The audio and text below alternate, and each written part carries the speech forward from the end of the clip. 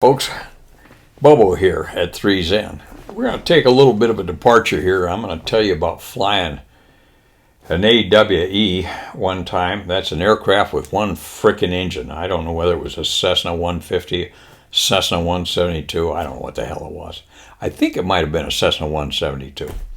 At any rate, years after I retired from the Air Force and was flying the Airbus at Northwest, I befriended a guy in Toledo who had a son who was taking flying lesson. This kid was about 20, 21 years old, somewhere in that area. And he was doing okay in his flying lessons from what I could tell. And one day he said, "Say, Mr. Holliker," this kid reminded me a little bit of Eddie Haskell. So anyway, he says, "Say, Mr. Holliker," he says, "how would you like to go for a ride with me on one of my flying lessons?" And I thought, I haven't been in a light aircraft in years. I really hadn't. So I said, that might be kind of fun. What would your instructor say? He said, "Oh, she wouldn't mind at all, sir." So I said, "Well, okay." So he was flying out of Toledo Suburban, a small airport just north of Toledo there. And I met him at the appropriate time at his house, and he hopped in my car. Now, at that time, I had a BMW M3, 1995 BMW M3, and it was fast and it was fun.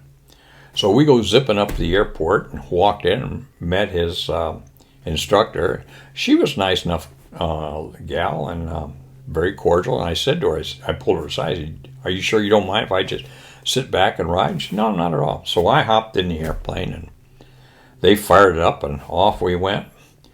And he had gone full Eddie Haskell on her. "Well, yes, Miss So-and-so, no, Miss So-and-so," whatever. I can't remember what her name is now. It's not important. At any rate, we're flying around. He's complying with her instruction, and everything's going pretty well. And at one point, he looks over to her, and he says, "My flying would go a lot better with excessive praise." I'm thinking, you got to be shitting me. I didn't hear that, did I? And she just kind of looks at him. I mean, that came out of nowhere. And he's sitting there waiting for an answer. And I said, "Say, Michael." And he says, "Yes, Mr. Holliker." I said, "Do you know where praise falls in the dictionary?" And he says, "No, I'm not quite sure." And I said, "Well, somewhere between pathetic and puke." I mean, I've never had anybody, I do a lot better with excessive praise. So anyway, we kind of pushed that aside, and he continued on with the instruction, came back and landed, and as we're taxiing in, he says, "Say, Mr. Holliker," and I said, "What's up, Michael?" And he says, "Do you mind if I drive your car home?" And I'm thinking, hey, nitwit, keep your mind in the airplane. I said, until all the parts stop moving, you keep flying this thing. And I'm thinking, Jesus. I said, "No, Michael." I said, "I don't think that'd be a good idea." And he says, "Well, why not, Mr. Holliker?" And I said, "Well, two things come right off the top of my mind. First of all, I said no. And the second thing is I've just spent an hour watching you fly a low-performance aircraft. What makes you think I'd get behind the wheel of my high-performance car?" "Oh, okay."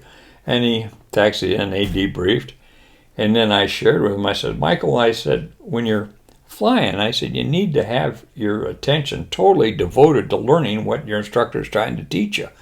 I said, "Also, keep flying the airplane until the last part stops moving." I said, "That way all your landings have a chance of equaling your takeoffs." "Well, thank you, Mr. Holliker." I said, "Yeah, sure, go have a nice career." With that, base gear stop. We'll see you next time.